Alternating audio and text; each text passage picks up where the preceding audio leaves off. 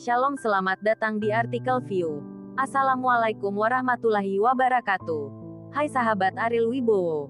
Apa kabar kalian semuanya? Semoga kalian baik-baik saja. Untuk teman pekerja yang jauh perantau dalam negeri atau di luar negeri, yang jauh dari keluarganya seperti admin, semoga kalian semuanya dilindungi dan diselamatkan dalam pekerjaan masing-masing. Dan untuk sahabatku yang bersama keluarganya, semoga kalian sehat selalu dalam lindungannya. Amin. Episode 50. Kisah seorang CEO muda yang berpura-pura culun. Kata-kata William sepertinya masuk di akal Lina, dan hatinya langsung dingin. Gambar tentang Ariel menjadi tuan muda tertentu baru saja terlintas di benaknya, dan dia dihancurkan dengan kejam. Dan jika dipikir-pikir, jika dia tidak kaya, bagaimana dia bisa membeli rumah bekas? Dua mobil sudah mengosongkan pikirannya. William melanjutkan. Ekspresi santai Lina menjadi dingin lagi. Sepertinya jika Ariel punya uang pribadi, dia bisa terlihat bahagia.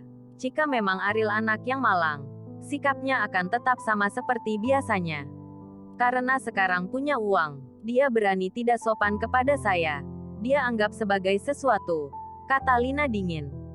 William hanya bisa menghela nafas untuk perubahan wajah Lina. Berpikir bahwa jika bukan karena nama keluarganya, Lina tidak akan mau menikahkan Kauri dengannya. Mengenai pemujaan uang Lina, dia tahu lebih baik daripada orang lain.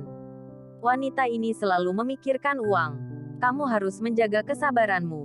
Bagaimanapun mobil yang kamu kendarai sekarang punya Ariel. Ariel yang membelinya. Dan kamu masih duduk, memikirkan cara jahat padanya. William mengingatkan. Lina menatap William dengan kejam, dan berkata, kapan kamu memenuhi syarat untuk mengajari saya?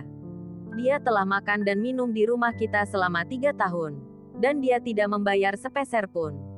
Itu seharusnya mobil untuk istrinya. William menghela nafas. Aku benar-benar tidak tahu harus berkata apa. Jangan terburu-buru melihat rumah. Apakah kamu benar-benar ingin malu di depan Ruben? Lina memarahi William. Memikirkan hal ini, William sakit kepala.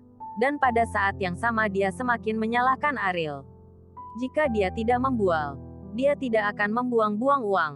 Bukankah lebih baik jika Kauri menikah dengan Arya? Kata William. Apakah kamu tidak berbicara omong kosong? Ariel sangat tidak berguna. Bagaimana dia bisa dibandingkan dengan Arya? Saya mendengar bahwa Arya sekarang adalah seorang eksekutif dari sebuah perusahaan besar dengan gaji tahunan puluhan juta. Aku menyalahkan ayahmu yang sudah meninggal. Kalau bukan dia, keluarga kita tidak akan menyedihkan seperti ini.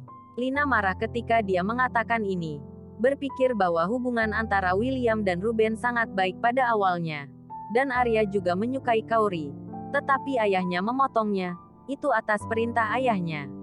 Pernikahan ini menyebabkan dendam Ruben pada William. Jika dia tidak bisa mengambil rumah kali ini, dan Ruben akan melihat lelucon. Jangan pernah berpikir untuk mengangkat kepalanya di depan keluarga James selama sisa hidupnya.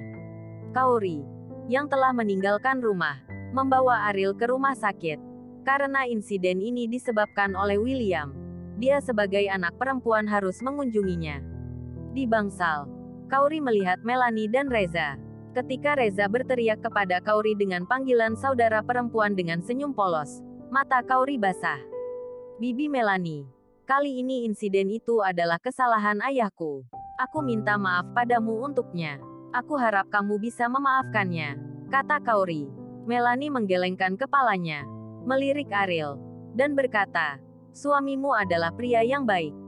Dia membayar semua tagihan medis, dan juga memindahkanku ke bangsal yang begitu baik, dan juga menolong anakku dari orang-orang jahat. Bagaimana saya bisa menyalahkan Anda, Bibi Melanie? Ini adalah dua hal yang berbeda. Kesalahan ayahku dan apa yang dia lakukan tidak dapat dibandingkan, kata Kauri.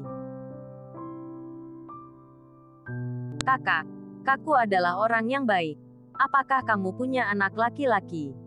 Reza tiba-tiba bertanya kepada Kauri acuh tak acuh. Reza bertanya seperti anak pada umumnya.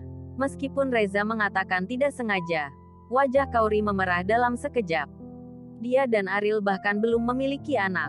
Apa dia tidak datang? Kata Reza kembali bertanya dengan polos. Ariel sangat malu sehingga dia berkata kepada Reza, "Kami belum memiliki anak, tetapi itu akan segera hadir."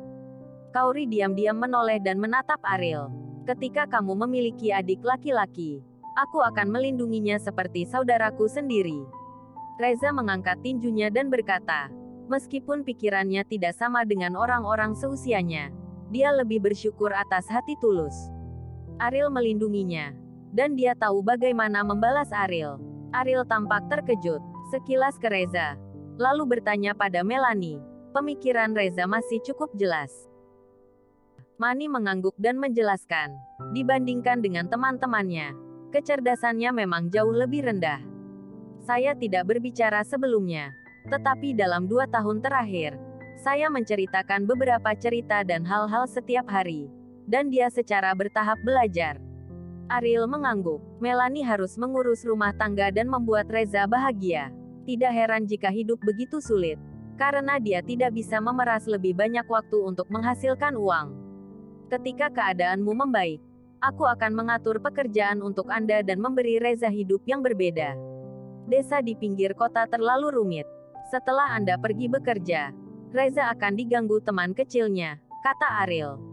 Melanie mengetahui hal ini karena dia sering melihat Reza dengan bekas luka ketika dia pulang. Tetapi dia tidak berani memikirkannya, karena kemampuannya saat ini tidak dapat mengubah situasi ini sama sekali, dan memikirkannya hanya akan menyakiti hatinya. Tidak, kamu telah banyak membantuku. Aku hanya menderita beberapa luka ringan, dan aku tidak bisa mengandalkanmu selama sisa hidupku, kata Melanie. Ini mungkin takdir. Tuhan ingin kita saling kenal. Tetapi pertama-tama seorang penjahat dan kemudian seorang pria terhormat.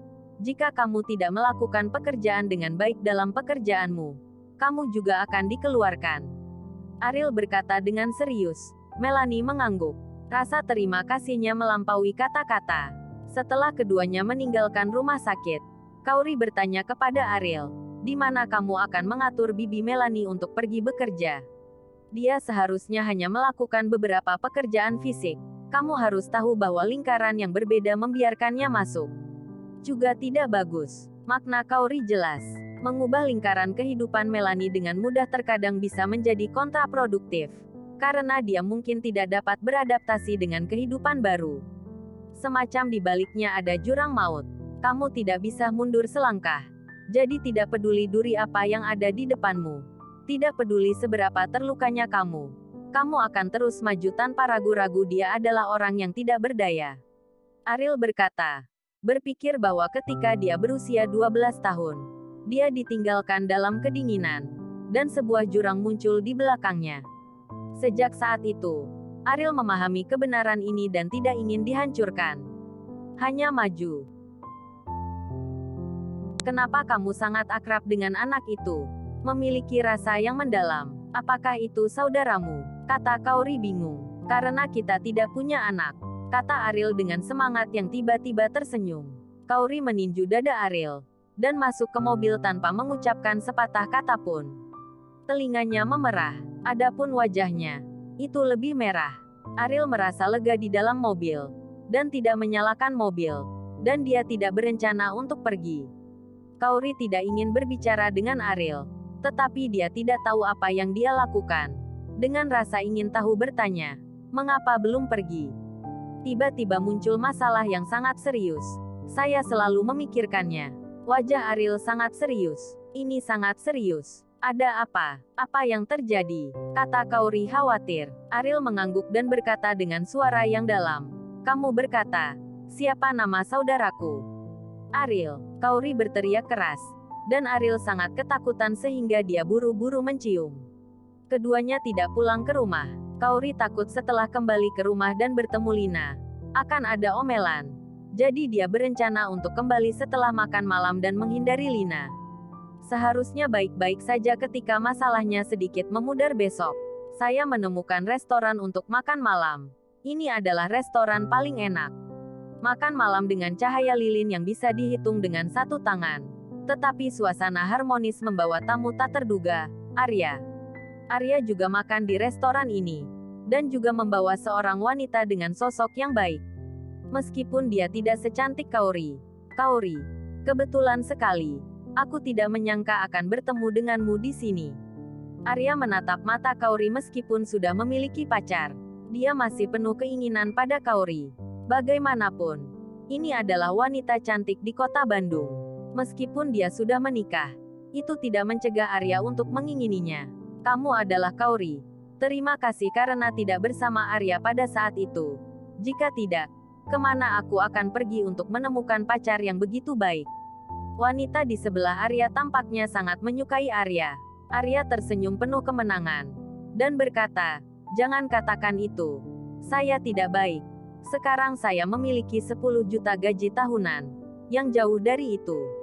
Dengan pamer, Kaori tahu bahwa dia sedang sengaja menunjukkan penghasilannya. Tetapi tidak ada yang perlu disangkal.